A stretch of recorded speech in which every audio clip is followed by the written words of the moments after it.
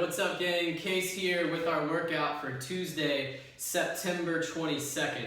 Remember, it's deload week, so if you've been consistent with the programming at all, this is your opportunity to pull back on the reins a little bit. Also, we're dropping volume and time domain from our typical Tuesday workouts. So we've got two 10-minute AMRAPs. The first one is 50 double unders or 100 singles, 15 sit-ups and 10 push-ups.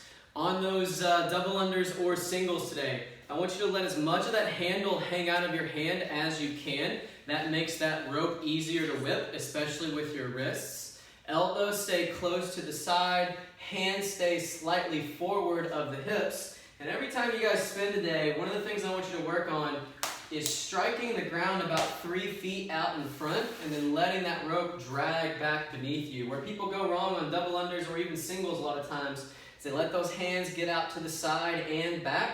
That rope stays high and ends up clipping the toes. If you'll think about striking out in front, you'll tend to trip a little less on those jump ropes. If you don't have a rope at home today, you can sub line hops, 1, 2, 3, 4, 5, 6 for singles. Or you can sub jump double taps, just tapping that leg twice in the air every time to simulate that double under. Next move today, we've got sit-ups. If you don't have an ab mat at home, you can simulate an ab mat by taking a towel and folding it into thirds.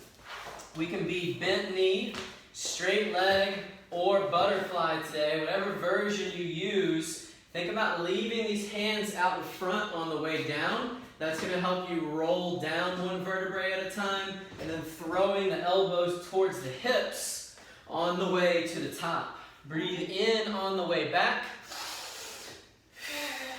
Breathe out on the way up. Okay, we'll fold it in just a sec, bud. Lastly, we've got push-ups today. On push-ups, keeping a perfect plank is the most important thing. I like to have toes together. Elbows stay close to the side. Touch chest and belly to the ground, but keep your quads off the ground. If you feel those quads touching the ground today, elevate up to an object. On this, still think about staying tall with hips flat. You're going to contact right at the sternum, still coming back up to full extension. That's the movements for our first Metcon. Score is rounds and reps. We'll take a 4-minute rest and then we'll do a second 10-minute AMRAP. This time, 200-meter run. On your run today, I want you to think about staying tall and relaxing your shoulders. That tends to help you breathe. We want to be efficient when we're running in the middle of workouts. Then we have 15. Leave that over here for me for a second, bud. Then we've got 15 plate bent over rows, or actually any object bent over row. Any object bent over. Keep that back flat, soft bend in the knees. Keep that belly tight so that you don't feel an extra strain in that low back. Arms come to full extension in the bottom, squeezing those elbows as far behind you as you can at the top. Last movement, 10 burpees. On our burpee, let's not hold our breath at all today. Think about breathing out on the way down. Breathing in on the way up. Pop your toes a little wider than your hands. I've seen a lot of people get feet out super wide, or even sometimes inside their hands. A little wider than your hands ends up being about shoulder width. That tends to be the safest position on that burpee. Last thing on burpees, get up to full extension at the top. Jump and clap overhead.